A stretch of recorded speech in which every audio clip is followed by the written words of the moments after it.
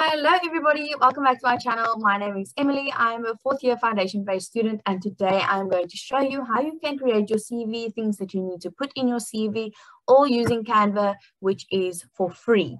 So I would just like to apologize in advance. I'm not really able to edit on these Zoom meetings, and it's the only way that I could find to share my screen with you. So please just bear with me if I do fumble over my words or anything like that. So let's just get right into it.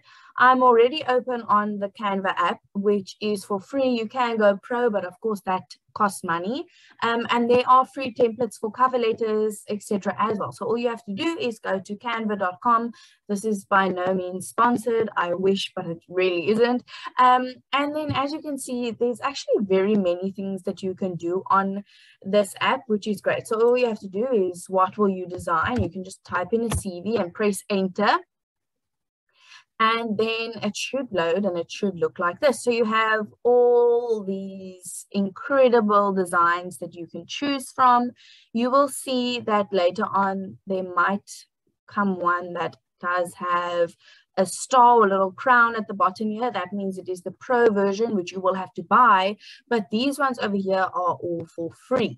So let's choose one that looks the most appealing. You choose one that looks the most appealing to you. And just make sure that it is still plain enough, that it isn't like, I don't know how to explain it, that it's not so intense, and that the person, the employer, can find all the information that they need. So I really like, I'm more gravitating towards this one right over here. So all you do is click on it and it opens up for you. As you can see, it is already in A4. And then here are going to, on the side, you're going to see a few more options as well. Now, on top over here, you're going to want to change it to your name or whatever it is. And then what you can do is you can replace this. You can put a picture of yourself. And then, of course, you can then just type your name in. And over here at the bottom, let's just zoom in over here at the bottom quickly. Now we can see a bit better. Over here, I'm going to type in that I am an educator. You can be more specific and say that you are foundation phase, intermediate phase, senior phase. It's totally up to you. This you can obviously change around as well. So on this side, they have all your personal information, which I'm not going to add in now, of course, but you add in all your personal details. So that might be your phone number. You don't necessarily, I have read places and seen people that work with CVs that say you don't have to put in your like a specific address. You can just put the area that you live in, and then of course your email address, because the work employer, whoever, needs to contact you. So then they jump straight in and go with the work experience. I personally like to swap these two around. So all you really have to do is click on them and you can move them like this. You can see that there are little purple lines as well, dotted purple lines that do give an indication of whether it lines up with the words work experience, etc. You can also move it around on this little thing over here, and you can rotate it if you really wanted to. So I'm just going to leave it like this for now. Just because it is a little bit easier, but you can play around with it however you want. So then, of course, we go straight into what your work experience is. Now, if you are doing teaching, please be sure to add all your practical work experience in, all your volunteering work, anything that you have done that can really, that you can just put out there as work experience. So let us make something up here. We can say substitute. I can't spell, okay, but it does give you a spell check, so let's just go with it. Substitute teacher. And then you can give a short description over here in the bullets. And then what I like to do is I actually like to take this away and put the time period that I was a substitute teacher. So for example, it was February 2022. You can be more specific.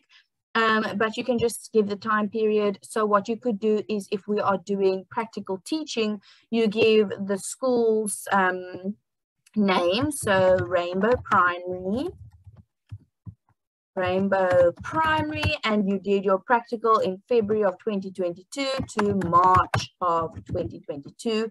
And then in these little bullets, you can then add it was grade R, and you were responsible for classroom management, extracurriculars, I can't spell, apparently I can, extracurriculars, and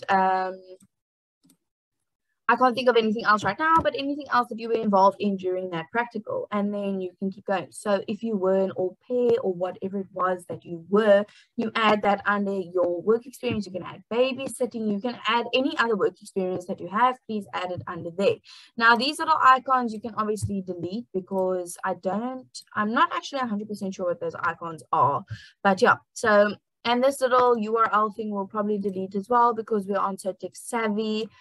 You can move that up. As you can see, we can move it around and play around with it.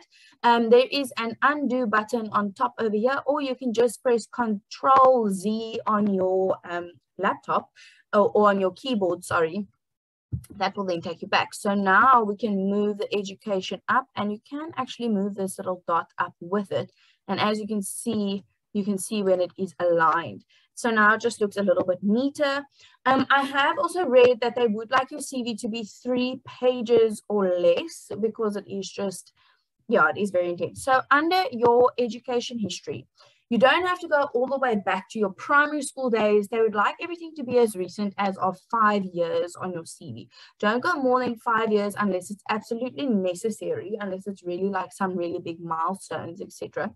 So you can then add, you'll see that a lot of these templates are very different, but you can just add in as you would like. So my qualification or my high school, I'm not going to put my high school out there, but we'll just say Knights High School. And then I like to add when I completed my matric, so that would have been in 2017. Now we're learning a lot about me as well. In 2017, and then you can add what you did in high school. I see here they put like debate club. You can say maybe that you did hockey, etc. And then now we're going on to say what I'm currently studying. So that would be a BeingTheFoundation phase. And what I'm going to do is under my degree, because I am so busy, I started in 2019, and I'm going to say the year that we are currently in is 2022, obviously, but I'm going to say that I am still currently studying, and that is of present. So yeah, you put that under your education history. I guess it's not really history, so you can take the word history away just to make it make more sense. Yeah, and then they can clearly see on your CV that that you are still studying, but that you will say in your cover letter that I would have said in my cover letter that I am in my final year, which means that I will be able to start work in 2023. Now, it is also very important to maybe add over here under this little section that my SACE is I am awaiting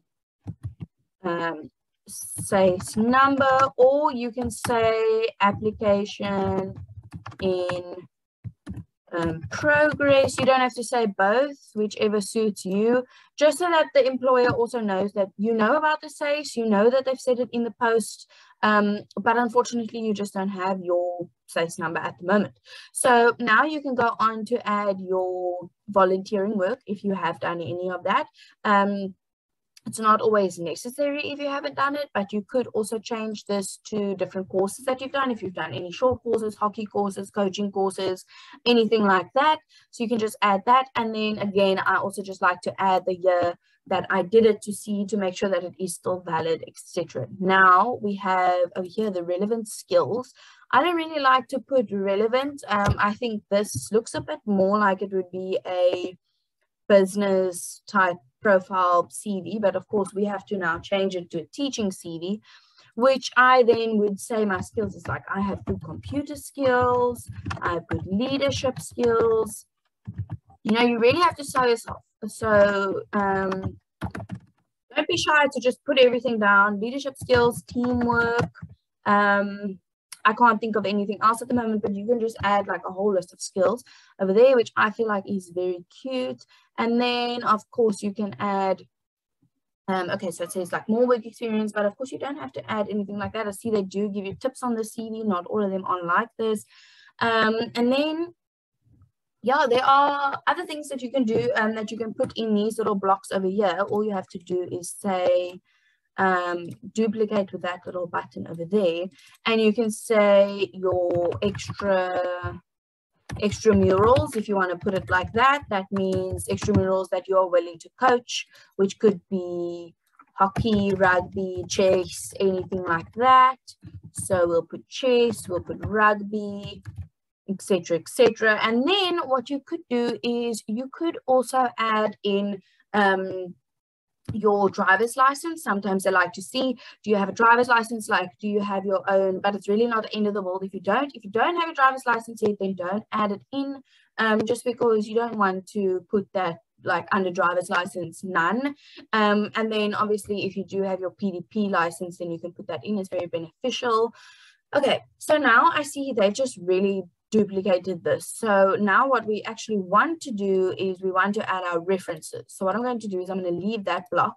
I am going to take all of these little blocks away just because we don't really need them anymore. So this side is just going to look a little bit empty, which is fine.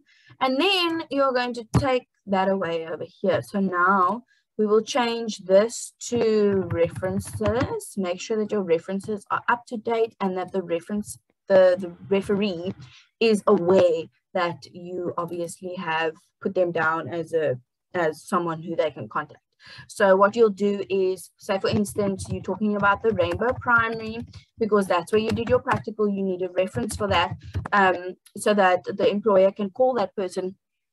And then you can say principal. We don't want to bold that, but you can say principal. And then you can put their phone number. But now what's really fun about Canva is you have these elements on your left-hand side, and then you can search in there. You can say telephone, and then these little icons come up on the side. So we get a little telephone that we like, we make it really super small, and we add it in over here. And then what you do is now we start typing next to the telephone, and we put the principal's number. This is just a random number. I have no idea whose number this is. And then, okay, I see my telephone is not really aligned with that, and it is a bit too big, so I just make it a bit smaller.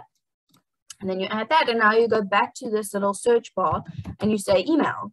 And like a whole bunch of email icons come up. So just click on one that you like, make it super small, put it underneath. As you can see, those little numbers that come up 0.9 is to make sure that your spacing is equal. Now we go down and we say Rainbow Primary at principal, because that's the email address, .co.za or whatever it is. And then you add all your other references like that. So you have it like that. Make sure that your references are all up to date. Of course, I've already said this, but just make sure that they are up to date and that they are aware of the person, you know, that someone might call them, that you are applying for jobs, etc. So this is pretty much all I put in my CV. And obviously I put in all my personal details and all the things that I've done and all the education that I have and all the work experience that I have. So your CV might look a little bit longer than this and a bit fuller than this as well. But these are just the basic things that they would like to know. So remember to add all your personal information. Remember to talk about your SAFE number. Remember to put all your work experience in. And yes, that does include your practical experiences. Add your education. It is not necessary to add your primary school education. You can if you want to, but it is kind of important that they do know what high school you go to. And that has also been not, well, in some cases, maybe more than 5 years, but I think that's also just standard to keep on your CV. And then, of course, to put your degree. And when you graduate, then you can say when you graduated, and you have all you have your picture, and you have, you know, just a small picture for them to see who they're dealing with. All your personal information, which will be your email address, your phone number, and the place that you live, but not your specific address. And then you can also, I know a lot of people put there under the degree description, they put their subjects that they had in 4th year, you can also do that. So you'll just add that in here. So say we have the subject grade R, we have the subject maths, etc., etc. So just make sure to put that in if you want to. You then add all your skills, your soft skills, computer skills. Oh, very important here as well is to add your languages. So your language proficiency, your home language. So what we'll do here is we will copy and paste this over here, and I'll say this is languages, and then you can add that your language is English, and we do Afrikaans, and those are the languages that I'm very proficient in, so that's all you put there. You can put your driver's license if you want to. It is not necessary, it's not compulsory to do so. It really just depends what information you think the employer would want to see. That is why it is very important to sit with the ad to make sure that they correspond, but don't lie. Please don't lie. And then, of course, we have over here your references, which are very important, but will usually come at the end of your CV. You then obviously also add some courses, volunteering, whatever it is that you've done before your references. And that's pretty much it. So thank you for watching this video. Please don't forget to like and subscribe. Share this with a friend who is currently busy with a CV. Do you see this little icon over here at the bottom of these emojis? Those are the pros. So you'll see that those are the ones that you would eventually have to pay for. But basically, if your CV template has one of those on it, that means that you will have to pay for it. That means you will have to go pro. But there are so many CV templates that you can use as for free. And then to download it, before we end off this video, you go to share and you click, I'll just move myself quickly. You click download, and then it is already in the PDF standard version, which is the version that you'll probably want to keep it in. And all you do is click download, and it will download onto your laptop or computer or whatever it is that you're working on. So now that is the end of the video. So I really hope that that this was enjoyable. I hope that it was helpful. All the best on your job hunt if you are currently job hunting, and I will see you all in the next video.